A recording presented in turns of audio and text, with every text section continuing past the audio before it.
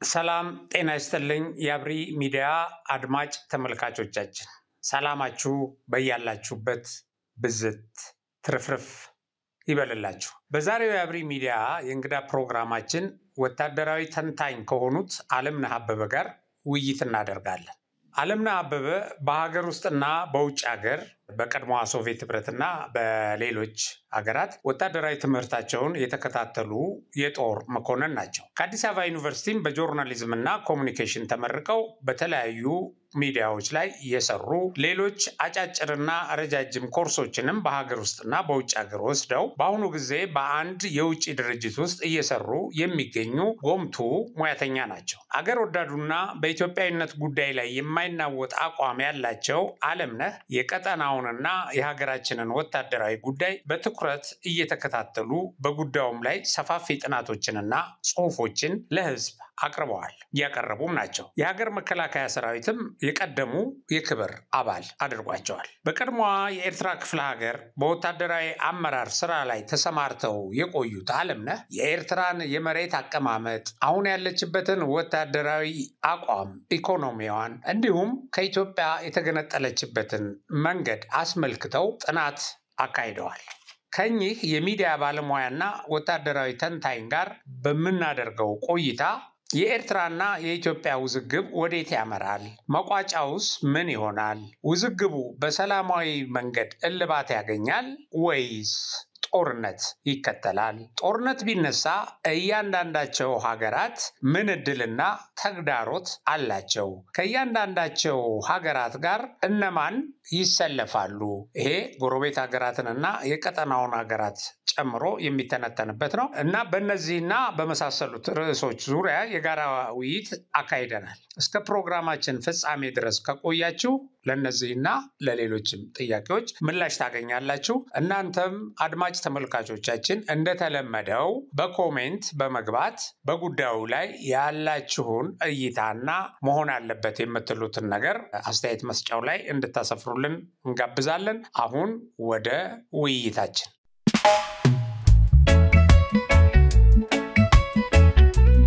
ይህ አብሪ ሚዲያ ነው። አብሪ ሚዲያ አንድነትና ፍቅርን በማጎልበት ሰላምና እድገትን በማስፈን ረገድ የበኩሉን አስተዋጽኦ ለማበርከት የሚሰራ ሚዲያ ነው። አብሪ ብሩህ ዘመንን አብሳሪ። አብሪ ሚዲያን ሰብስክራይብ፣ ሼር ያድርጉ።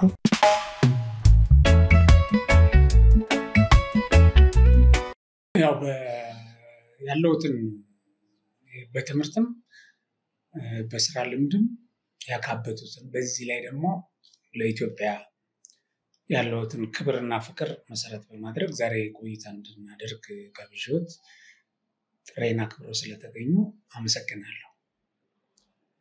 እኔም በጣም አመሰግናለሁ።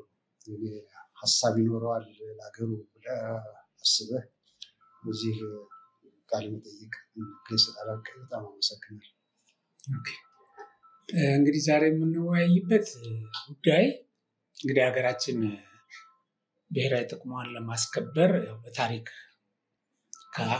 ከቅርብ ጊዜ ወዲህ ተሞክሮ የማያውቅ ነገር በመንግስት እየተሞከረ ነው።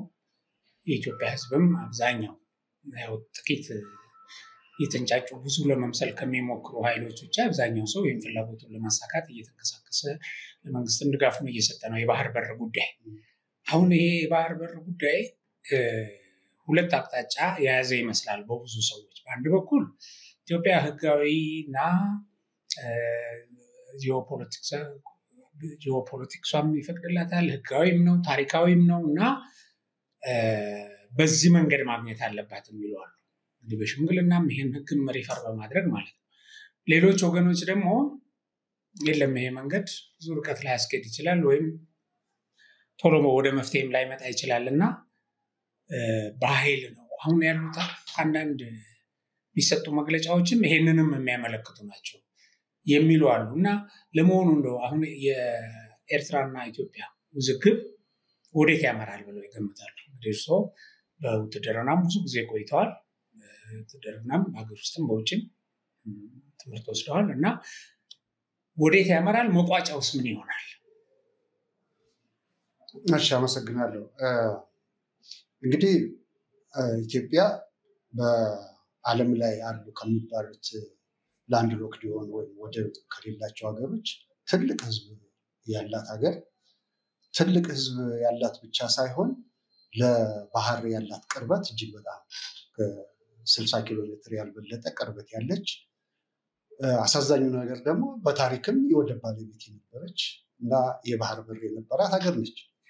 ይችን ሀገር በሆነ የታሪክ አጋጣሚ የኛው ሰዎች በፈጠሩት ክህደት የባህር በር እንዲታጣ ተደርጎ ለረጅም ጊዜ ከ30 ዓመት በላይ ስለ ባህር በር እንዳናነሳ ሁሉ ተደርገን ነው የሚሆነው። አሁን ያለው መንግስት አጀንዳውን አነሳው፣ ህዝብ እየተወያየበት ነው። ስለዚህ የኢትዮጵያ የባህር በር እና ወደብ የማግኘቷ ነገር እውነት ፍትህ የሚበይን ካለ፣ እውነት የሚናገር ካለ ኢትዮጵያ በታሪክም በህግም በኢኮኖሚያዊ ምክንያትም የባህር በር ባለቤት የመሆኗ ነገር፣ የወደብ ባለቤት የመሆኗ ነገር የሚያጠያይቅ አይደለም። ባለመታደል ይሄ እድል እንዳይመጣ ከውስጥም ከውጭም ተጽዕኖ የሚያደርጉባት ነገሮች አሉ እና ወደ ጥያቄ ልመለስና እኔ በተለይ ባለፈው ክቡር ጠቅላይ ሚኒስትሩ በህዝብ ተወካዮች ምክር ቤት ቀርበው ገለጻ ከሰጡ በኋላ የኢትዮጵያ የባህር በር ጥያቄ በጣም ክሪቲካል ደረጃ ላይ ደርሷል ብዬ ነው የማምነው። ጠቅላይ ሚኒስትሩ ባልሳሳት እስከዛሬ ድረስ ሲሸፋፍን ሲያልፉት የነበረው ለሁለቱ ሀገሮች በተለይ ከኤርትራ ጋር ለነበረው ግንኙነት በውይይት በድርድር ይፈታል በሚል ተስፋ ብዙ ይፋ ያላደረጓቸው ነገሮች ነበሩ። አሁን ግን ኦብቪየስሊ በቃ ተናግረዋል። ተስፋም የውይይቱ ነገር ተስፋ ያስቆረጣቸው ይመስለኛል። እንግዲህ አሰብን ሄደው መጎብኘታቸው፣ መጀመሪያ ከኢሳያስ ጋር በነበራቸው ግንኙነት የወደብ ጉዳይ አንዱ ጥያቄያቸው እንደነበረ፣ ኢቭን የጻፉትን መጽሐፍ ስለ ወደብ ሁሉ መጽሐፍ የላኩላቸው መሆኑ ሲነገር ይህን ሁሉ በፊት አናውቅም ነበር። አሁን ይሄ የባህር በር ጥያቄ የሀገራችን ወሳኝ ደረጃ ላይ የደረሰ ይመስለኛል። ወሳኝ ደረጃ ላይ እንግዲህ እንደሚታወቀው አንዱ በዲፕሎማሲያዊ መንገድ በድርድር በውይይት እና ሰጥቶ በመቀበል ሊፈታ ይችላል ብለን ተስፋ እናደርግ ነበረ። ሌላው አሸማጋዮች ቀርበው አደራድረው ምን ብለው መፍትሄ ሊያገኝ ይችላል ብለን እናስብ ነበር። አሁን እኔ እንደማስበው ይሄ ሁሉ ነገር እንደውም የሻዕቢያው መሪ የሰሞኑ ወደ ግብፅ ጉዞ ደግሞ የሚጠቁም ነገር አለ። ስለዚህ በእኔ እምነት ከአሁን በኋላ ይኖራል ብዬ በዋናነት ይኖራል ብዬ የማስበው ወታደራዊ አማራጭ ነው። ይሄ ካልሆነ ለኢትዮጵያ በጎ አስበው አንደኛ ዓለም ፍትህ ሲበይናል ብለህ ጠይቃለህ።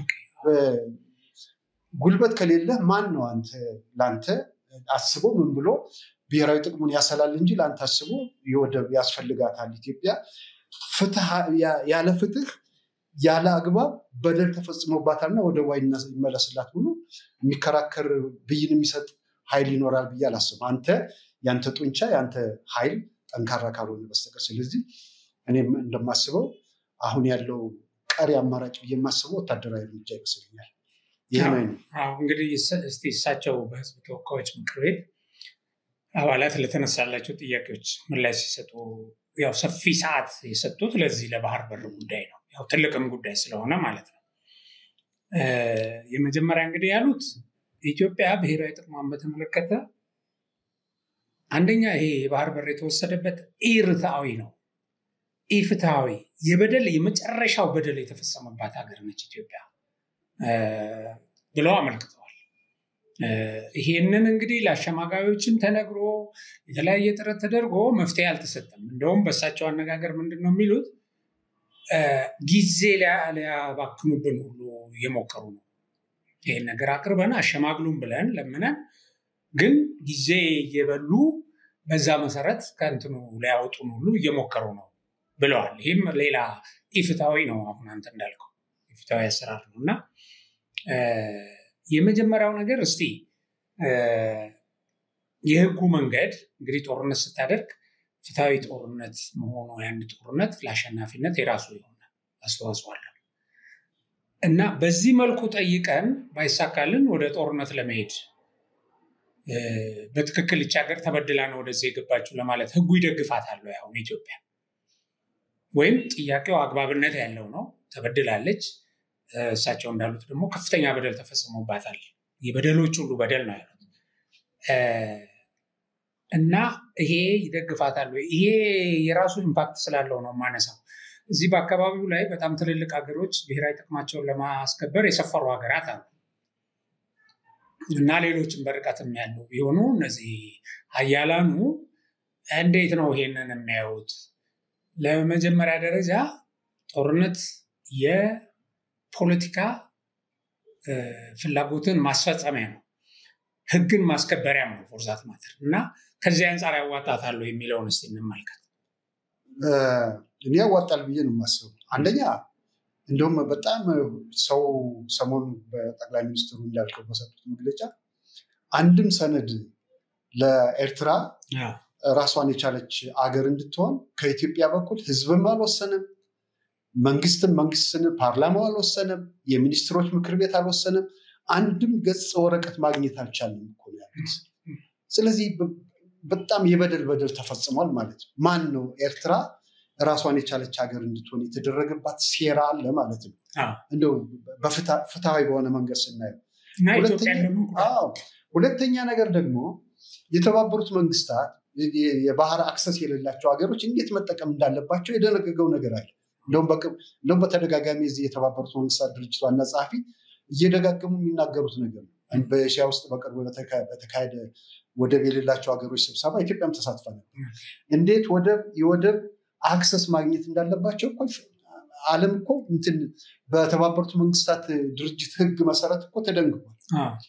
ይሄ በዚህ መንገድ ኢትዮጵያ ተደራድራ ኢትዮጵያ ያለባትን የደህንነት የህልውናዬ መሰረት ነው፣ ህልውና የባህር ወደብ ማግኘት የባህር በር ማግኘት የህልውና ጉዳይ ነው እያለች የለም ህልውናሽ ምንም አይሆንም ዝም ብለሽ ኖር የሚላት ነገር የለም። በድርድር በህግ የማይፈጸምበት ነገር የለም።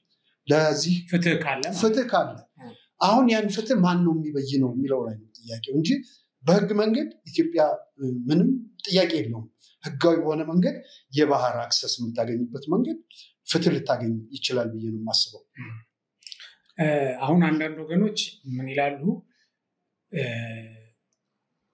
በጦርነት ነው ኢትዮጵያ ይህን ነገር ማሳካት ያለባት ይላሉ። ለምንድን ነው? የህግ ውሳኔ ቢወሰን ኤርትራ ለዛ ህግ የምትገዛ ሀገር አይደለችም። ሻዕቢያ ቢወሰንም ማለት ነው ያው ማንገራገር ዞሮ ወደ ጦርነት ያንን ልታስፈጽም ወደዛ ነው የምትሄደው። ይዘገያል ምናምን ያልነው እያንዳንዳቸው ሀገራት ደግሞ ከራሳቸው ኢንተረስት አንጻር ተነስተው ነው እዚህ ጉዳይ ላይ ኢትዮጵያ በህጋዊ መንገድ እንድታገኝ ለማድረግ የሚፈልጉት የሚቆሙበት ቦታ አላቸው፣ የታወቀ ነው። እና እንግዲህ የህጉ መንገድ ኢትዮጵያን አሸናፊ ኤርትራን ተሸናፊ ስለሚያደርጋት ኤርትራ ራሷ ወደ ጦርነት የመገባቱን መንገድ ትመርጣለች ወይስ ይሄንን ነገር በህጋዊ መንገድ እንዲካሄድ ኤርትራ ራሷ ምንድነው አሁን ካላት ቁመና አንፃር ወይም ቀጠናውን ለመበጥበጥ እና ይሄን ነገር ለማራዘም የሚፈልጉም ናቸው ሻዕቢያ እንደሚታወቀው። እና ምንድነው በዛኛው ወገን ያለ ዝግጁነት? እኔ እንደምረዳው ሻዕቢያ ከኢትዮጵያ ጋር ቀጥተኛውን ጦርነት ማካሄድ የሚፈልግ አይመስለኝም። የሰሞኑም ሩጫ ወደ ካይሮ የኢትዮጵያ አቋም እየተጠናከረ ጠንካራ አቋም ያለ መሆኑን ሲረዳ ካይሮ ሄደው ማንም ተራ ሰው ሊገምተው የሚችለው ነገር ነው። እርዳታ መጠየቅ ነው፣ የጦር መሳሪያ መጠየቅ ነው፣ ድጋፍ መጠየቅ ነው። ሌላ ሊሆን አይችልም። ስለዚህ ይመስለኛል ሻዕቢያ ይጠቀም የነበረው ኢትዮጵያን ውስጧን ዲስቴብላይዝ ማድረግ እና በራሷ ችግር ተውጣ ይህን ጥያቄ እንዳታነሳ ለማድረግ ብዙ ሙከራ ተሞክሯል። አሁን ብዙ ሰው ይረዳዋል። አሁን ያሉት ኢትዮጵያ ውስጥ ጠመንጃ ተሸክመው ጥይት የሚተኩሱት የማንን ተልዕኮ እያስፈጸሙ ነው? ህወሓት የማንን ተልዕኮ እያስፈጸመ ነው? ይሄን አድርጎ አልሳካለት ሲል ህዝቡን ከህዝብ አጋጭቶ አልሳካለት ሲል አሁን ጦርነቱ የማይቀርለት መሆኑን እየተገነዘበው ይመስለኛል ወደ ካይሮ የሚሄዱ ነገር። ስለዚህ ሻዕቢያ ጦርነት ይፈልጋሉ? ኦብቪየስሊ አይፈልግም። ምክንያቱም እንደማያሸንፍ ያውቀዋል ስለሚያውቅ። ግን ደግሞ ምን ማድረግ ይፈልጋል? ኢትዮጵያን በእጅ አዙር የፕሮክሲ ዋር በሚሉት ነገር አገሪቱን መከራ አብልቶ አዳክሞ ከዚያ እሱ የሚፈልገውን ነገር እንዲያደርግ የሚፈልግ ይመስለኛል እንጂ ሻዕቢያ ጦርነት ይፈልጋል ብዬ አልገምትም። እነዚህ በጦርነት ቢፈታ የሚሉ ሰዎች መፈታትም አለበት የሚል አቋም ያላቸው ወቅቱ አሁን ነው ይላሉ። ወቅቱ አሁን ነው የሚሉት የዓለም አቀፉ ሁኔታ አሁን የዩክሬን ራሻ ጦርነት አንደኛ የዓለምን ትኩረት የሳበ ነው። ሁለተኛ ራሱ የጦርነቱ አነሳስ ከፍትሃዊነት ከምን አንጻር ያው ጉልበተኛ ስትሆን ቀደም አንተ እንዳልከው ዓለምም ይቀበልሃል ወይም በጉልበት ትፈጽማለህ የተነፈቀውን ፍትህ የእስራኤል ሐማስ ምናምን እያየን ነው። እና ይሄ ጊዜ እንዲህ አይነት ነገር ለማካሄድ የተመቸ ነው። ስለዚህ ኢትዮጵያ ይሄን ነገር ወደዚህ ከገባች ይሄን ነው ማድረግ ያለባት ይላሉ። እስቲ ይሄን እንዴት ነው ያው ዓለም አቀፍ ሁኔታውንም ስለምትከታተል ጊዜ የመምረጥ ጉዳይ ከአንተ ከሀገርህ ተጨባጭ ሁኔታ ነው የምትነሳው። እውነት ነጋገር ከተባለ በውስጣችን ብዙ መፈታት ያለባቸው ነገሮች አሉ።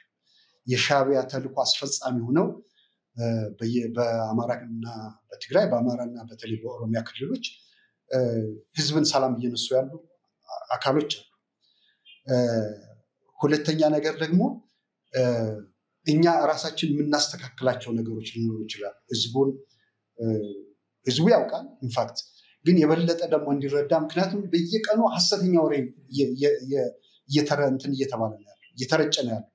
ይህን ለማስተካከል የተወሰነ ጊዜ ሊያስፈልግ ይችላል። ግን እርግጠኛ መሆን የሚቻለው በአጭር ጊዜ ውስጥ ይህ እርምጃ መወሰድ ወቅቱ አሁን ነው ዛሬ ነው ከምንለው መንግስት ማስተካከል ያለበትን የውስጥ ምክንያቱም እነሱ የሚተማመኑት ውስጣችን ያለውን ችግር መንግስትን ያዳክምልናል አገሪቱን ያዳክምልናል ብሎ ስለሚያስቡ ይህን እነሱ መጀመሪያ ተስፋ ማስቆረጥ ያስፈልጋል። ውስጥ ያለውን ችግር መፍታት ይሄ ጠመንጃ ተሸክሞ ህዝብን እየገደለ እያገተ እየዘረፈ ያለ ወንበዴ ቡድን ማጥፋት ወይም በሌላ በድርድር በምን የሚሆን ነገር ካለ ወደዚህ መመለስና ከዚያ በሙሉ ኃይልህ ወደ ባህር በሩ መሄድ ነው።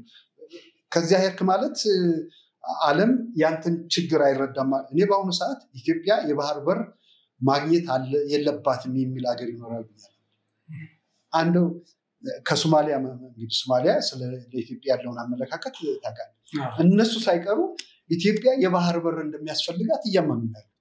ስለዚህ የባህር በር አያስፈልጋትም የሚለው የግብፅ መንግስትና ሻዕቢያ ናቸው። የግብፅ መንግስት ደግሞ ይሄን ለምን እንደሚል የታወቀ ነው። የአባይ ጉዳይ እና በአባይ ላይ ፍላጎቱን ለማስፈጸም ምን ማድረግ አለበት? ኢትዮጵያን ዙሪያውን አንቆ መያዝ አለበት። ያን ነው የጠላትነት ነገር ነው እየፈጸመ ያለው። ስለዚህ በማንኛውም ሰዓት እርምጃ ብትወስድ እኔ ዓለም በውይይት ፍቱት ከሚል ባለፈው ከተንጫጫው የበለጠ ሌላ ነገር ያመጣል ብዬ አላስብና እንደዚህ ነው የሚመለከተው። አሁን በእርግጥ እንዳልከው ኢትዮጵያ በጣም በሚያሳዝን ሁኔታ ከሃዲና ባንዳ የተፈለፈለበት ወቅት ነው። አሁን ይህን የሚያክል ትልቅ ብሔራዊ አጀንዳ መጥቶ ይህን ብሔራዊ አጀንዳ በሚዲያ መቃወም በጦርነት አብሬ ይሰለፋለሁ ከሻዕቢያ ከቲፒኤልኤፍ በመሳሰሉ እነዚህን ይሄን ሊያደናቅፉ ከሚችሉ ከግብፅ ከሶማሌ ሁሉ ሲባል ነበር እና እጅግ በጣም አሳዛኝና አሳፋሪ ጊዜ ነው በእንትኑ ስታየው። ነገር ግን አሁን ቅድም አንተ አንስተሃል እና እነዚህ ኃይሎች በሰላም ተጠየቀ በጦርነትም የተለያየ ነገር እየተደረገ ነው። እነሱን አጥፍተን ወይ እነሱን አጽድተን ወደዚህ እንገባለን ማለት ከባድ ነው። ለምን በየጫካው በየሾለቆ እየተሽለኮለከ ችግር የሚፈጥር ስለሆነ። ግን እነሱ የኤርትራ መንግስት እንደሚተማመንባቸው 11 ቦታ ኢትዮጵያን እንበታትናለን ምናምን ይላሉ እኮ የሻዕቢያ አክቲቪስቶች ሰምተን ነው። እነዚህም ይላሉ የኛው እና እንደዛ ሊመክቱላቸው ይችላሉ። አሁን ባላቸው ቁመና እንዳሉት አንደኛ ጦርነቱ ምን አይነት ጦርነት ነው የሚሆነው? አሁን በአማራ ክልል አቋርጠህ እንደዚህ በትግራይ ሄደ ምናምን የምታደርገው ውጊያ ነው። ብዙዎቹ እንደዛ አድርገው ስለሚያስቡ ማለት ነው። ከጀርባው እንከመርበታለን መንገድ እንዘጋለን የሚሉ አይነት ናቸው እና ይሄንን ሊያደናቅፉ ይችላሉ። አሁን ኢትዮጵያ በዚህ በፕሮክሲ ዋር ሻዕቢያ ያሰለፋቸው ኃይሎች ምን ሊጠቅሙት ይችላሉ? እስቲ እሱን እንዴ እውነት እኔ ይሄ ዘመን ብዙ ነገሮችን ነው ግልጽ ያደረገልን። ትናንት የኢትዮጵያ አንድነት እያለ ይሄ ባንዲራ እየለበሰ ሲጮህ የነበረ ሁሉ ምን እንደሆነ ውስጡ ዛሬ በይፋ ያየንበት ነገር ነው። እንግዲህ ስም መጥቀስ ሊያስፈልግ ነው ማለት ነው። ይቅርታ። አሁን ይልቃል ጌትነት የሚባል ሰውዬ እንደ ሻዕቢያ ሰዎች በፖለቲካ የበሰለ የለም ብሎ ሲናገር፣ ልደቱ አያሌው የሚባል ሰውዬ ኢትዮጵያ ወደብ ካገኘች እኔ ፖለቲካ አቆማለሁ ብሎ ሲዘባበት እነኚህ የዩቲዩብ እና የአንዳርጋቸው ጽጌ ተረፈ ምርቶች እንላቸዋለሁ ትናንት ኢሳት ላይ ሲቀባጥሩ የነበሩ አሁን ተገልብጠው የሚያወሩት ሲሰማ ምን አይነት ከምን አይነት ሰዎች ጋር እንኖር እንደነበረው በጣም በጣም በጣም ይገርም። እነሱ የሚያወሩትና እኔ የሶሻል ሚዲያ አክቲቭ ተከታታይ ነኝ። ዩቲዩብ እከታተላለሁ፣ የተቃዋሚዎች የሚያወሩትን እከታተላለሁ። ሶሻል ሚዲያ ምላሽም አልፎ አልፎ እሰጣለሁ። የሚያወሩት ነገር እስቲ የግብፅ ሚዲያዎች የግብፅ ዩቲዩበሮችም ሆኑ ሌሎች የመደበኛ ሚዲያ ጋዜጠኞች የሚያወሩትንና የኛ ተቃዋሚዎች በውጭ የሚያወሩትን እስቲ ተመልከተው። አንድና አንድ ኢትዮጵያ ሲያላግጡ ነው የምታያቸው። ኢትዮጵያ እንኳን ወደብ ልታገኝ ምናምን እያሉ ነው ሲያሾኩታ ሲያላግጡ ታያቸዋል። ይህን አብረው የሚያላግጡላቸው ደግሞ እንትኖች ናቸው። የሻዕቢያ እነኚህ የሳይበር ሚሊሻ እንትኖች አሉ፣ ሰራዊት አለ። እነሱ የሚያወሩትና የኛ ተቃዋሚዎች የሚያወሩት አንድና አንድ ነው። በጣም ታዝናለህ። እኔ እንደውም አንዳንዴ የግብፅ እንትኖች ይሻላሉ ብዬ አትሊስት ጠቅላይ ሚኒስትሩን ያከብራሉ። ጠቅላይ ሚኒስትር አብይ አህመድ እያሉ ነው እነሱ የሚጠሩ። የአብይን ስም በየደቂቃው ይጠሩታል፣ ግን ጠቅላይ ሚኒስትር እያሉ ነው። ዶክተር ጠቅላይ ሚኒስትር አክብረው ነው። እነዚህኞች እኮ ነውረኞች እኮ የሚያወሩት ጠቅላይ ሚኒስትሩን የኢትዮጵያ ጠቅላይ ሚኒስትር ኢማጂን። የሰውዬ ችግር ይኖርበትም አይኖርበትም የሀገር ጠቅላይ ሚኒስትር እስከሆነ ድረስ አክብረህ እኮ ነው ተቃውሞ መግለጽ ያለብህ። እንደ ተራ እኮ የቆሎ ጓደኛቸውን ሲሳደቡ የሚውሉት ይሄ በጣም በጣም ኢሞሽናል የሚያደርግ የሚያበሳጭ ነው። እነኚህ ኃይሎች እንደሚጮሁት ማህበራዊ ሚዲያ ላይ እንደሚጮሁት አለ አብሮ የሚያጫጩሃቸው ልብ ብለህ ከሆነ አብዛኛዎቹ በዚህ ሻዕቢያ እንትኖች የታደሉ ናቸው። አማርኛ ቋንቋ ይችላሉ። ካይሮም ማአት አማርኛ ተናጋሪ እኮ እንትን አላቸው። ከበደ ታደሰ ለመቼ ያሉት ስም እየሰጡ ኢትዮጵያን ሲያብጠለጥሉ ሲያራክሱ የሚውሉት እኮ የሻዕቢያና የግብፅ እንትኖች ናቸው። ከኛ ሰዎች ጋር በመሆን ማለት ነው። ወደዚህኛው ስንመጣ እኔ አሁን እንግዲህ አንተና እኔ ያው ወታደራዊ እንትኑ በቅርብ እንከታተላለን ከልምዳችን ከምናምን ተነስተን አሁን ሸኔ የሚባል ምንም በማይሰራበት ደረጃ ላይ ደርሷል። እንትንም ቢሆን ፋኖ የሚባለው የነፍሰ ገዳይ ቡድን ቢሆን እንደምናየው ነው። ዝም ብሎ እንደሚወራው ፌስቡክ ላይ እና እንትን ላይ እንደሚያወሩት አለ የተዳከመ ነው። ኢትዮጵያ እርምጃ ልውሰድ ብትል እነኚህ ኃይሎች በዚህ ላይ ሊያስከትሉት የሚችሉት ተጽዕኖ በጣም ቀላል ነው ብዬ ነው የማስበው። ለህዝቡ ኢንፋክት ህዝቡ ማስረዳት ይጠይቃል። ህዝቡ እንዲያውቅ ማድረግ ያስፈልጋል። ነገር ግን መንግስት እርምጃ ልውሰድ ቢል የሰራዊታችን እኮ አቅም የምናውቀው ነገር ነው።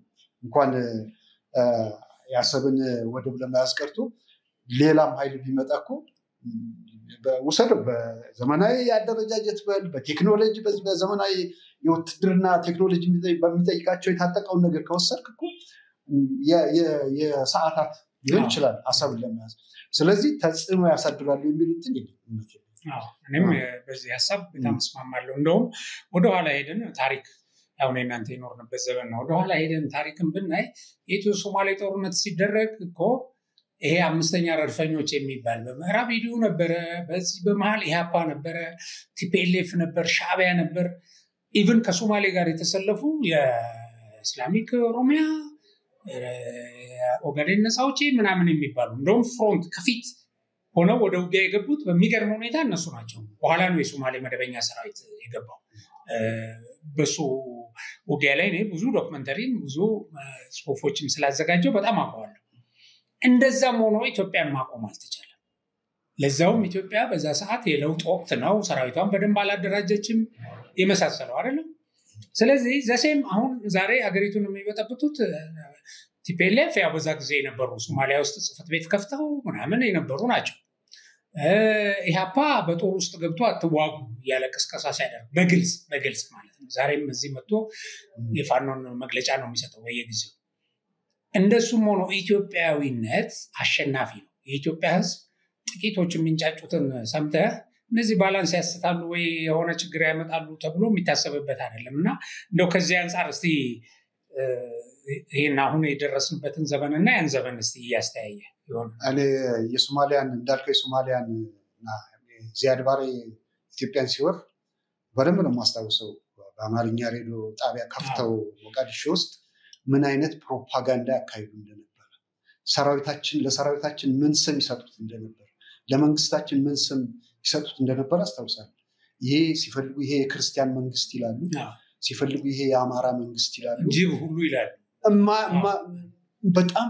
በጣም ይዘገንን አሁን አብይን እንደሚሉት ያኔ ይሄን እኮ የሚያደርጉት ለነመለስ ዜናዊ እኮ ፓስፖርት የዚያድ ባሬ ፓስፖርት እኮ ሰጥተው በዓለም እንዲንቀሳቀሱ እነሱ መስፍን እኮ ይንቀሳቀሱ የነበረው በዚያድ ባሬ ፓስፖርት ነበር። የኦነግ ሰዎች እንደዚያ እያደረጉ የኢትዮጵያን ሰራዊት ግን አውሬ አድርጎ ለመሳል ይደረግ የነበረው የፕሮፓጋንዳ ስራ በጣም ይሄ ያስ ጠላት ነው ብለህ እሺ ጠላት ለጠላቱ በጎ ላወራ ይችላል።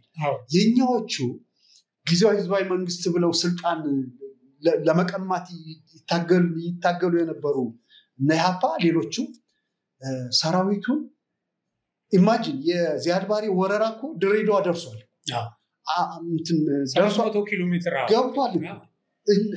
ንጹሃንን እኮ እየጨፈጨፉ ነው ያሉት። ለደርግ ለምን ትዋጋለህ ነበር የኢህአፓ ቅስቀሳ። ጭፍጨፋው ደግሞ አስከፊ አሁን ልክ ነፋኖ እንደሚፈጽሙት ነበር እና በጣም የኢትዮጵያ ጠላቶች በእውነት ለመናገር ውጭ ያሉት ጠላቶች ብቻ አይደለም። እኔ በጣም ውጭ ያሉት ጠላቶች አንተም ለጠላት በጎ አትመኝ፣ ምንም ሊያስገርም አይችልም። ውስጥ ያሉት ግን ኢትዮጵያን ስልጣን የሚፈልጉ ጥቅም የሚፈልጉ ኢትዮጵያ ጠፍታ ምንድን ነው የሚጠቀሙት?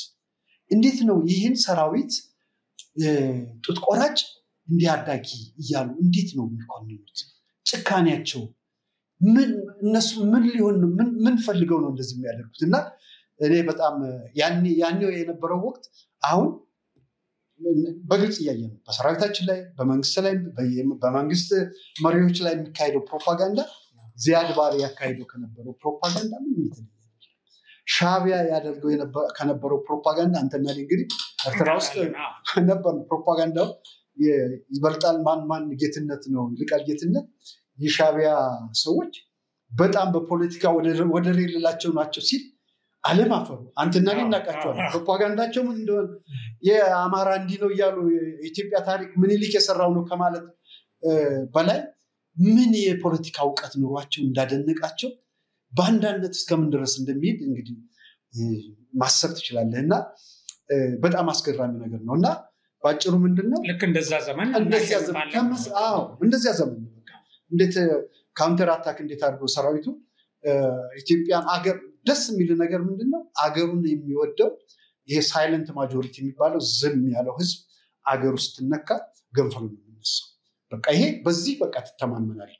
አሁን እነሱ ማህበራዊ ሚዲያ ላይ ይንጫጫሉ፣ እዚያ ውጭ ያሉት ያጨበጭቡላቸዋል፣ ጎበዞች በሉ ልክ ናችሁ ምናምን ይሉላቸዋል። ቁርጥ ቀን ሲመጣ ግን ይለያል።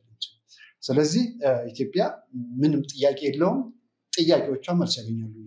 ባንዳዎች አያቆሟትም፣ የውጭ ጠላትም እንደዛ። እኔ አሁን የቅድም አንተ አንስተሃል ኢሳያስ ወደ ካይሮ መሄዱን አንስተሃል። በእኔ እይታ ማለት ነው አሁን አንተ መሳሪያ ሊለምን እንደዚህ ይሄ ፊት ለፊት የምታየው ግልጹ ነገር ነው። እኔ ግን ዳውት አለኝ እዚህ ነገር ላይ። ለ5 ቀን ነው የሄደው ኢሳያስ። አሁን 5 ቀን ረጅም ነው። አንድ መሪ ሄዶ እዛ መሳሪያ በመለመን 5 ቀን አይቆይም። እሱ በስልክም በወታደራዊ አዛዦችም ምናምን ሊሆን ይችላል።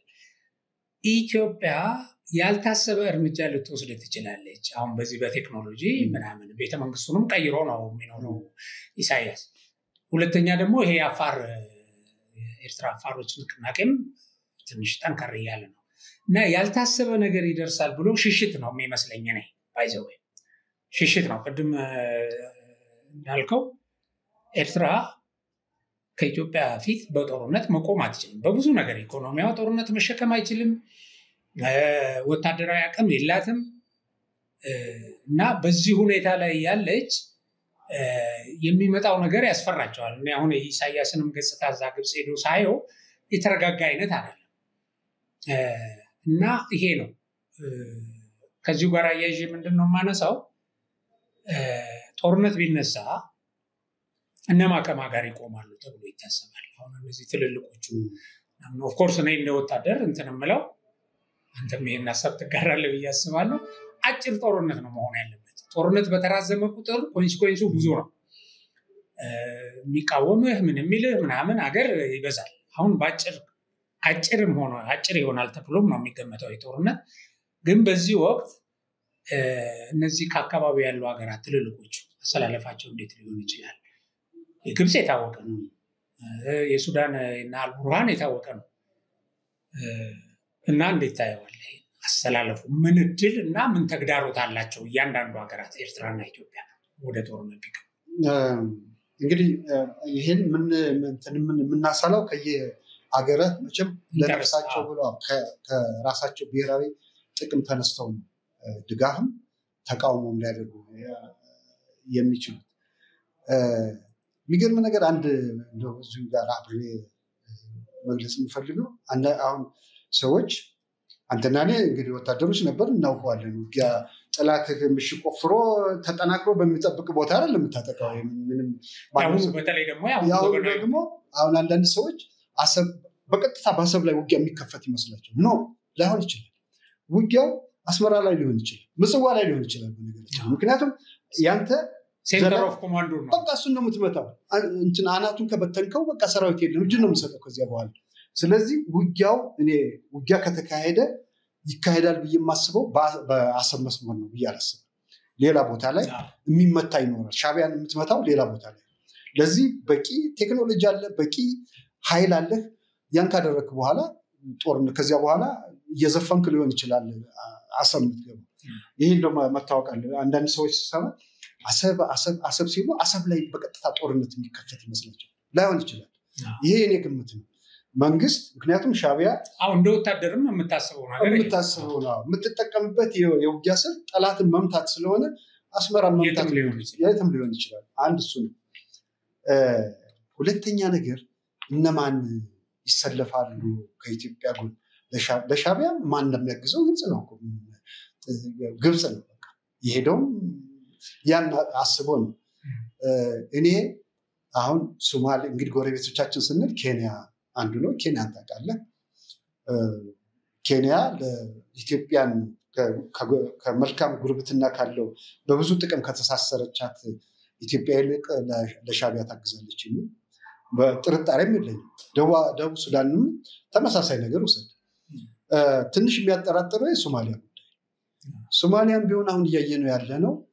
ቁርጡ ሲመጣ ለኢትዮጵያ አትሊስት ገለልተኛ ሊሆን ይችላል ማስብ ምንም እንኳ ባያደርግ። ይህንን ማያደርግ ከሆነ ዘለቄታዊ ከኢትዮጵያ ጋር የሚፈጥረው ጠላትነት ሊጎዳው እንደሚችል የሚያውቅ ይመስላል። ብዙ ከኢትዮጵያ ጋር ወዳጅ መሆኑ አሁንም በስልጣን ላይ እንዲቆይ ያደረገው የኢትዮጵያ ሰራዊት እንደሆነ ይታወቃል። ኢትዮጵያ ዝም ብትል ሶማሊያ ምን ልትሆን እንደምትችል ይታወቃል። ስለዚህ ሶማሊያም ብትሆን የሚያጠራጥረው እሱ። ጅቡቲ ለሻዕቢያ ጅቡቲ እና ሻዕቢያ እኮ ጠብ ናቸው። ተዋግተው ያውቃሉ። ትልልቆቹ እነዚህ ቤዝ ያላቸው እንግዲህ እና አሜሪካ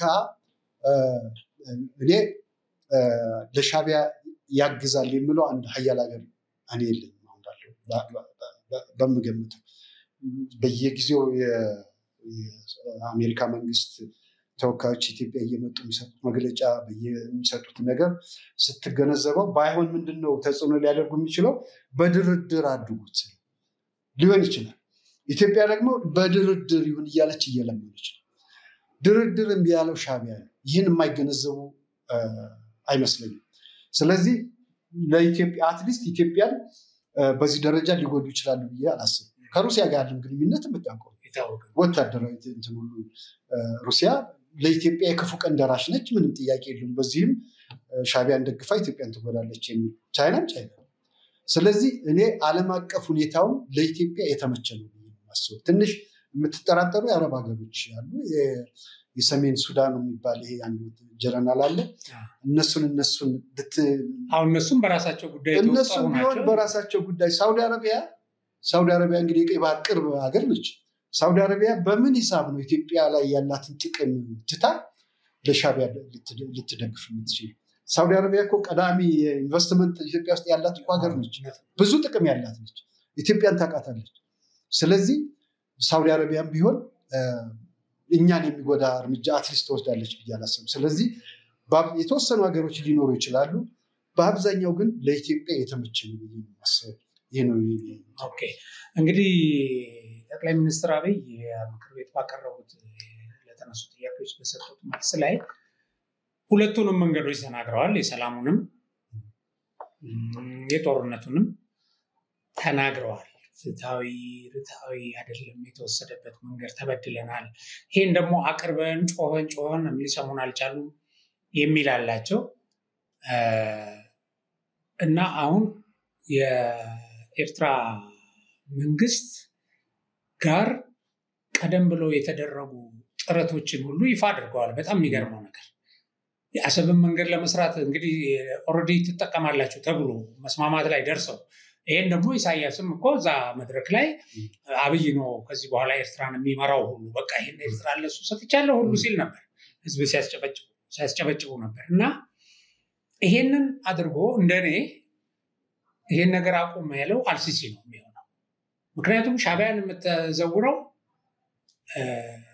ግብጽ ነች እንጂ ለኤርትራ ብሔራዊ ጥቅም በራሱ እኮ የአሰብ በኢትዮጵያ መያዝ ወይም የኢትዮጵያ ወደ ቀይ ባህር መውጣት በዛ አቅጣጫ ለኤርትራ በጣም ከፍተኛ ጥቅም ይሰጣል። እንግዲህ አንተ እኔ ኖረናል፣ ኤርትራም እናውቀዋለን።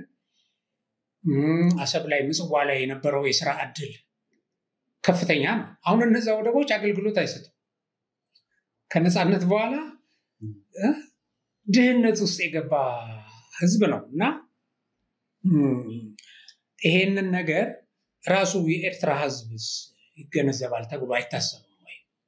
አሁን ዝም ብሎ ምልህ በትምክህት በመናምን ዝም ብሎ የሻዕቢያ ፖለቲካ ነው በየቦታው እየወጡ የሚያወሩት። ግን በተጨባጭ ምንድን ነው እንደው ለኤርትራ ራሱ ያለውን ፋይዳ? ይሄንን እንደው ኤርትራኖች አሁን ብዙ ጊዜ እኛ አንዳንድ ነገር ከባህር በር ጋር የተያያዘ ስንጽፍ ይገባሉ፣ በብዛት ይገቡና ይሳደባሉ። አያትህ እዛ ሞቷል፣ አንተም ሞታ ማነው አባትም ሞቷል ይላል። ያው እኛም ተርፈን ነው እንጂ ልንሞት እንችል ነበር። ግን እንደዚህ እያሉ ጭፍን የሆነ ነገር ምንድነው የምናተርፈው የሚለውን ሳያስቡም ይናገሩታል። እና እንደው ለነሱ ምንድነው እስቲ አሁን አንተ ያለ ማለት እና ኤርትራስ ምን ያህል ተጠቃሚ ትሆናለች? የሚገርምህ በአጋጣሚ የኤርትራ አስመራ ሲያዝ ያው አንተ ቀደም ብለህ ወጣህ፣ እኔ ነበርኩ እና የነበርኩት በዚህ በደቀ መሐሪ መስመር ነበር የነበርኩት እና ፊት ለፊት ይዋጉን የነበሩት በሙሉ የሻዕቢያ ነኝ ብረት ለበሶች ምኖች በሙሉ የግብጽ ናቸው። የግብጽ የጦር መሳሪያ እንትኖች እንደውም አንድ ቀን የሆነ እኛ ጦር አጥቅቶ የሆነች ብረት ለበስ እንትን ማርኮ ነበር። የግብጽ መሆኑን እሷን ይዟት የመጣው እንትን የነገረኝ ቃኘው ይዟት መጥቶ ግብጽ ሻዕቢያንም የፈጠረው ግብጽ ነው። የመጀመሪያው የሻዕቢያ ሬዲዮ ጣቢያ እኮ ካይሮ ውስጥ ነበር እናስታውሳለን። ጸረ ኢትዮጵያ ፕሮፓጋንዳ የሚያደርጉ ካይሮ ነበር። የመጀመሪያው ስልጣን የዛ የማላድና ስሮስ ነው ማሰልጠኛ የከፈተላቸው እነሱ ናቸው። ጀባን ነው የፈጠሩት። ጀባ ሻዕቢያን ፈጠረ። ወለደ እንደዚያ ነው።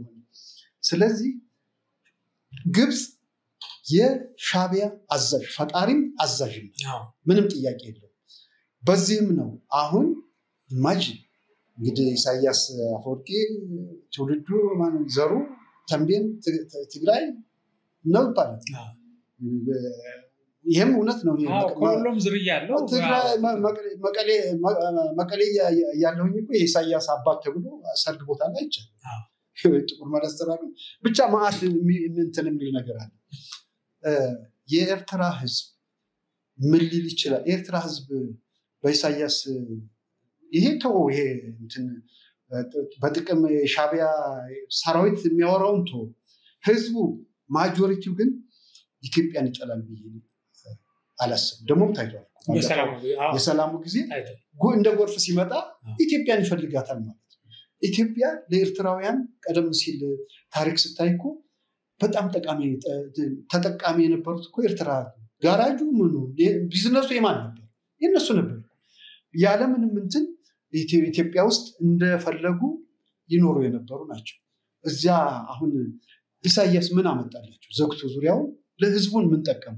ስለዚህ ሊጠቀም የኤርትራ ህዝብ እኔ የሚያመዛዝን ህሊና ያለው ነው እንጂ በጭፍን ዝም ብሎ የኢሳያስን እንትን ተከትሎ ኢትዮጵያን የሚጠላ ነው ብዬ አላስብም። ስለዚህ ሻዕቢያ ከተሸነፈ ሻዕቢያን መምታት ከተቻለ በእርግጠኝነት የኤርትራ ህዝብ ከኢትዮጵያ ወንድሞቹ ጎን እንደሚሰለፍ የሚጠረጠር የለም። ይሄ በውስጡ ኑረን አይተነዋል። ምን ያህል ኢትዮጵያን እንደሚወድ ታፍኖ ነው እንጂ እኔ በግል ወዳጆች ነበሩ የምናወራቸው ምን እንደሚነግሩ እናውቃለን። አስመራ ውስጥ ወደ ከረን ወደ እንትን በወጣ ቁጥር ህዝብ ታገኛለህ እና ሻዕቢያ የፈጠረው መጥፎ ነገር እንጂ ህዝብ ውስጥ ኢትዮጵያን በመጥላት መጥፎ ነገር አለ ብዬ አላስብም። ምክንያቱም ያውቁታል፣ ኢትዮጵያን ያውቁታል። የኢትዮጵያ ወንድሞቻችን ናቸው አትለዩብን ነው እንጂ እኮ ያላቸው ምን ላድርጋችሁ እኮ አላላቸው። በምን ምክንያት ነው የኢትዮጵያ ህዝብ ሊጠሉ የሚችል? ስለዚህ ህዝቡ ለኢትዮጵያ መጥፎ አስተሳሰብ አለው ብያለሁ። እንግዲህ ይሄንን ጉዳይ ለማጠቃለል በህግም በጦርነትም ኢትዮጵያ የማሸነፍ እድሏ ከፍ ያለ ነው ብለን ነው ይሄን ነገር ደምድመን የምናልፈው በብዙ ነገር። ኦኬ ሌላ እንግዲህ አንድ ነገር ምንድነው አንድ ሀገር ውስጥ ልማትንም ለመስራት አሁን የተጀመሩ ትልልቅ ብሔራዊ ጉዳዮች እነሱንም ከግብ ለማድረስ የተወጠኑ ውጥኖች ምን ሰማቸዋል እንግዲህ ለሀገራችን እጅግ በጣም የለመለመ ተስፋ የሚያመጡ ነገሮች። ስለዚህ ከዚህ አንፃር አሁን ግንቦት ላይ ምርጫ አለ። እንግዲህ እንደምታውቀው ነው የኢትዮጵያ ተቃዋሚዎች ሲራገሙ የሽግግር መንግስት እናቋቁማለን ሲሉ በጫካ ያሉ ኃይሎች የሆነ በተመቱ ቁጥር እየወጡ መግለጫ ሲያወጡ ከመኖር ውጭ አብይን ከመሳደብ ውጭ እንግዲህ ፕሮግራም አዘጋጅተው ህዝብ ውስጥ የሚገባ ነገር አልሰሩም እና አሁን ምርጫው እንዲራዘምም እንደዚህ አይነት ዝንባሌ ያቀርባሉ። እነ ልደቱም በ45 ቀን መንግስት እንገለብጣለን ያሉበት ሁኔታ ነበር የነበረው እና ግን ለኢትዮጵያ አሁን ያለው ሁኔታ የተረጋጋ መንግስት ኖሮ ይሄ መንግስት ደግሞ ብሔራዊ ጥቅሟን ለማስከበር ትልልቅ ውጥኖች አሉት እና ይሄ ምን ያህል ተስፋ አለው? በዚሁ ቀጥሎ እነዚህ የወጣናቸው የባህር በር የማስመለስ ትልቅ አጀንዳ አለ። አስብ ይሄን አሁን እስከ ግንቦት ምናምን የምትፈጽመው ነገር አይደለም። ሌሎችም ትልልቅ ነገሮች አሉና ከተቃዋሚዎች ድክመትም ከአጠቃላይ ደግሞ ይሄ መንግስት እየሰራ ነው እስካሁን የሚያሳየው እነዛ እየሰሩ ሳይሆን እያወደሙ እየተሳደቡ ነው ያሳዩትና ይሄ ምንድነው? እስቲ ይሄንን አይተን እናጠቃልላለን። እኔ አሁን ያለው የሀገሪቱ ሁኔታ በተሻለ በጣም መጥፎ የነበረው ወቅት እናስታውሳለን። በየቦታው ሰው የሚገደልበት ኢንፋክት አሁንም ህዝብን ከህዝብ ለማጣላት ሃይማኖትን ከሃይማኖት ለማለት ይትሽለኩልኩ አሁን የሚፈጽሙት ነገር አለ። ያ ግን በወሳኝነት ቀደም ሲል የነበረው ተመቷል። አሁን ስለ ሸኔ የምታወራበት አይደለም ነገር ከተባለ ወለጋ እንደምንሰማው የሄጃ ላይ ኢንፋክት የሚነግሩን ሰዎች ወለጋ ሰላም ነው። በጣም የሞት ቀጠና የነበረ ቤንሻንጉል ጉሙዝ የሞት ቀጠና የነበረ አሁን ሰላም ነው። አማራ ክልልን ብትሄድ እንደ ትናንቱ አይደለም። ዛሬ ጎጃም ውስጥ ነው የተወሰነ እንትን ያለው። እሱም ቢሆን እንደሚያወሩት እንደሚፎክሩት እንደሚያቀራሩት አይደለም። የተሻለ ሰላማዊ ሁኔታ ላይ ያለች ይመስለኛል። እነሱ ጫጫታ አይታወቅም። ይሄ ተቃዋሚ ተብሎ ምርጫ መጣ ሲባል ድምፃቸውን የምንሰማቸዋለን። ይሄ የገንዘብ ጉዳይ ነው። በቃ ይሄ ለምርጫ ሲመጣ የሚደጎም እንትን አለ በጀት ያችን ፍለጋ ያችን ከወሰዱ በኋላ በቃ ተመልሶ ወደ ቤታቸው ሊንጫጩ ይችላሉ። ባለፈውም ከጫጫታ ባለፈው እንደውም ተጠናክረው ነበር ይንጫጩ የነበሩ ወያኔ ስለነበረ ከነሙሉ ኃይሉ ስለነበረ እሱ ያግዛቸው ስለነበረ ጫጫታ አሁንም እንጫጫታቸው አይቀርም። እየተንጫጩ ግን አገር ይቀጥላል። እየተንጫጩ ምርጫ ይካሄዳል ብዬ ነው እኔ የማስበው። ተንጫጭተው የሚያመጡት ነገር የለም። አሜሪካን ሀገር ወይም አውሮፓ ቁጭ ብሎ ወይም ቦታ ሆኖ በሚንጫጫው የኢትዮጵያ ህዝብ እንቅስቃሴ ይቆማል ብዬ አላምንም። መንግስታችን አሁን በተሻለ ጥንካሬ ላይ ነው ያለው። ሰራዊታችን በደንብ ኦርጋናይዝድ ሆኖ የተሻለ አቋም ላይ ነው ያለው። እንደው በዚህ አጋጣሚ አሁን ጦርነት ቢጀመር የኃይል ሚዛን ማንም ሰው የሚገምተው ግልጽ ነው። አንደኛ ምንድነው የምንዋጋበት ፍትሃዊ ነው ወይ ነው? ያ ጦር ሲዋጋ ምን ዓላማ አለው? አገር ለመውረር አይደለም፣ ሌላ ነገር ለማድረግ አይደለም። አገሩ የተበደለች አገሩ ያጣችውን ወደብ እንድታገኝ የማድረግ ነው። ፍትሃዊ የሆነ ጥያቄ አለው ማለት ነው። ስለዚህ ጦርነታችን ፍትሃዊ ነው። ሁለተኛ ሊደርሺፑ ነው። ኢትዮጵያ ሰራዊት የካበተ አመራር መስጠት የሚችሉ መሪዎች አሉት። በወያኔ ጊዜ ታይቷል። የኢትዮጵያ የጦር መሪዎች ምን ተአምር ሊሰሩ እንደሚችሉ ታይቷል። አንድ እሱ ነው። ሁለተኛ የዚህ የሰራዊቱ ሞራልና የትሬኒንግ ሁኔታው ነው የሚወስነው። እሱንም ደግሞ አይተን የመሳሰሉ የመዘመኑ ጉዳይ ምንም። ሌላው ትልቁ ፋክተር ደግሞ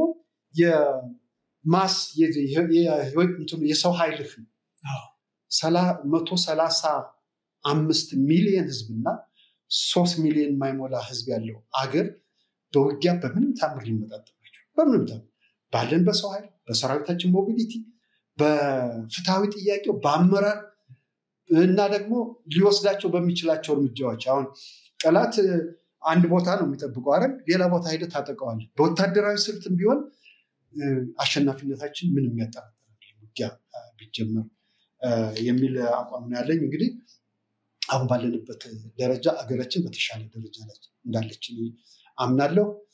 የበለጠም የተሻለ እንደሚሆን እጠብቃለሁ። ምክንያቱም ሰሞኑን የምንሰማቸው ነገር ሰራዊታችን የተወሰነ የሰራዊት ክፍል አሁን ውጭ ነው የሚያወሩት። ሁሉም ሰራዊት በውጊያ የተጠመደ ይመስላቸው ኖ የምናውቀው የተወሰኑ የጦር ክፍሎች ያን የጫካንትን እያሳደዱ እየመቱ በጣም ጥቂት። አብዛኛው ሰራዊት ከፍተኛ ወሳኙ ኃይል የት እንዳለ ያውቁ ጠላቶቻችን። የኛም እዚህ የሚንጫጩት ሁሉ አያውቁም። ስለዚህ በአጭር ጊዜ ውስጥ የተሟላ ሰላም ኑሮ ምርጫ ይካሄዳል። ማስበው ጫጫታ ይኖራል። የተለመደ ኢትዮጵያ ውስጥ ምርጫ ሲካሄድ መንጫጫት የተለመደ ስለሆነ ሊንጫጩ ይችላሉ። ልደቱ ሲንጫጩ ነው የሚኖሩት። አማራጭ ይዘው አይመጡም። ይልቃል ጌትነት የሚባል ይሄ የፖለቲካ ጉሊት በየቦታው አንዱ በቃ እሱ ያልጎለቱት እንትን የለም። ሰማያዊ ይልሃል ምናምን ይልሃል። አንዱ ስልጣን ሲያጣ ሌላው ሄዶ የትም ላይ ሆኖ ግን ደጋፊ እኮ የሌለው ነው። ሁለት ሰው ሶስት ሰው እኮ ያመረጠው። አሁን አሜሪካ ተጎልቶ ሻዕቢያን የሚወዳደር የፖለቲካ አዋቂ የለም ይላል።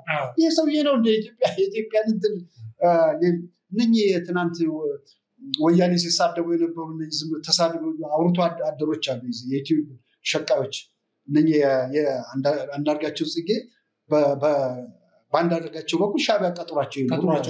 አሁን የሚንጫጩት እነሱ ናቸው። እነሱ ተንጫጭተው የኢትዮጵያን ነባራዊ ሁኔታ ሊቀይሩታቸው። ኢትዮጵያ ትልቅ ሀገር ነው። ትልቅ ህዝብ፣ አስተዋይ ህዝብ ያለበት ሀገር ነው። ይህን ህዝብ አወናብደህ የሐሰት ወሬ አስወርተህ የምታሳስተው ህዝብ አይደለም። የሚሳሳቱ ቢሆን ኖሮ እስከዛሬ ያልተወራ ያልተፈጸመ ጭካኔ አለን፣ ያልተወራ ውዥንብር አለን። ህዝቡ ያው ነው፣ በቦታው ነው ያለው። እንደውም አሁን እኔ ብዙ ጓደኞቼ ይነግሩኛል። አንድ ጠቅላይ ሚኒስትር አብይን የሚተች ጓደኛ ነበር። አሁን ተገነዘብኩት። ዝም ብዬ ነው እኔም ስተች የነበረው ለካ እውነቴን ነው። ብዙ ሰዎች አሉ። አሁን ብዙ የኦሮሞ ተወላጅ የሆኑ ጓደኞች አሉ። መጀመሪያ አብይ ምናምን ማለት ጀምሮ ነው። አሁን ሲያዩት ኦሮሞና አማራን ለማባላት እስላሙንና ክርስቲያኑን ለማባላት መሆኑ ሲገባቸው አሁን ጠንካራ የአብይ ደጋፊዎች እና ኢትዮጵያ በምንም ታምር ከጀመረችው ጉዞ ከጀመረችው የብልጽግና መንገድ የሚገታታል ይኖራል ብያለሁ። ይሄን ያለ እሺ፣ በጣም ነው የማመሰግነው። ቆንጆ ጊዜ ነው ያሳለፍነው። እንግዲህ የክብር አባላችን ለኢትዮጵያ ደግሞ በጣም በጣም ጠንካራ ተሟጋች ያው ብዙ ሰዎች ማህበራዊ ሚዲያ ላይ ያውቀዋል እና ብዙ ጊዜን እየወሰድክ ለኢትዮጵያ ሰላም የምታደርገው ሙክት ዛሬ ደግሞ እኛ ስቱዲዮ ገብተህ ያው አካፍለህናል። በጣም ነው የማመሰግነው። እግዚአብሔር ያክብርልኝ። እኔም በድጋሚ በጣም አመሰግናለሁ ገበየሁ። ምክንያቱም ለሀገራችን ስለሆነ ሀገራችንን ማገልገል አለብን ባለን አቅም ባለን ችሎታ። ስለዚህ እኔም እያደረኩ የዜግነት ድርሻ ነው እየተወጣሁ ያለሁት። ለዚህም እዚህ አክብረህ ስለጋበዝከኝ በጣም በድጋሚ አመሰግናለሁ። እሺ።